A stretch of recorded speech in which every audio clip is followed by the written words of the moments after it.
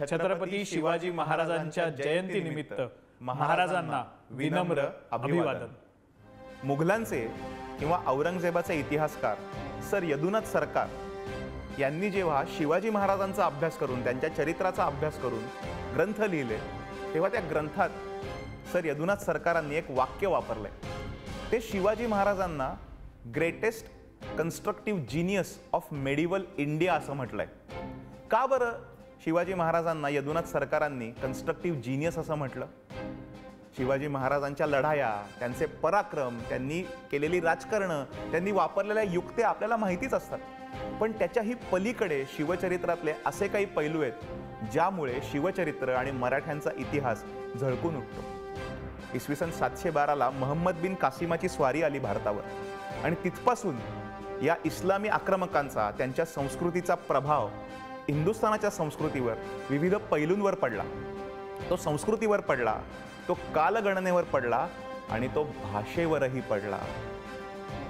आपल्या शिवकाळातल्या विविध पत्रांवर ज्या तारखा आहेत त्या तारखांमध्ये जी कालगणना वापरली आहे ती इस्लामी कालगणना आहे। पण बघा काय झालं मित्रांनो, 1674च्या 6 जूनला ज्येष्ठ शुद्ध त्रयोदशीला महाराजांचा रायगडावर राज्याभिषेक होणार होता।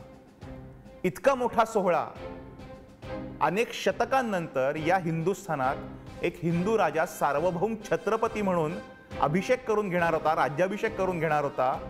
म्हणजे इतका मोठा सोहळा, इतकी मोठी तयारी, इतकी मोठी लगबग सुरू होती, अनेक पाहुणे येणार होते, अनेक समारंभ होणार होते, पण या सगळ्यात सुद्धा शिवाजी महाराज कसे वेगळे ठरतात याची 2 उदाहरणं। एक, शिवाजी महाराजांनी आपल्या राज्याभिषेकाच्या दिवसापासून आपली स्वतःची कालगणना सुरू केली, ज्याला आपण आज राज्याभिषेक शक म्हणून ओळखतो।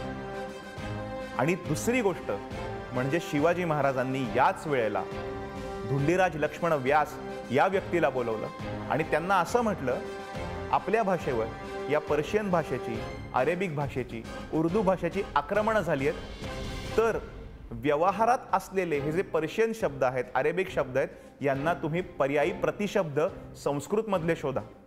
आणि धुंडीराज लक्ष्मण व्यास यांनी त्यानंतर एक ग्रंथ निर्माण केला ज्याला राजकोश किंवा राज्य व्यवहार कोश म्हटलं जातं।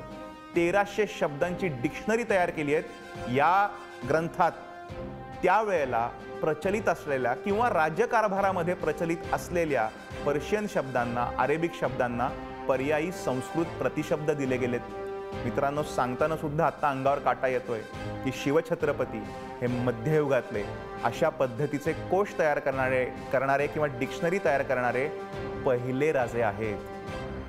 भूषण त्यांच्या विविध गुणांबद्दल काय म्हणतो बघा, तो असं म्हणतो, सुंदरता, गुरुता, प्रभुता भनी भूषण होती है आदर जामे, सज्जनता ओ दयालुता, दीनता, कोमलता झलकय पर जामे, दान कृपान हो को करी बो अभयदान न की बर जामे, साहिन सोरन टेक विवेक, इते गुण एक सिवा सरजामे, इते गुण एक सिवा सरजामे।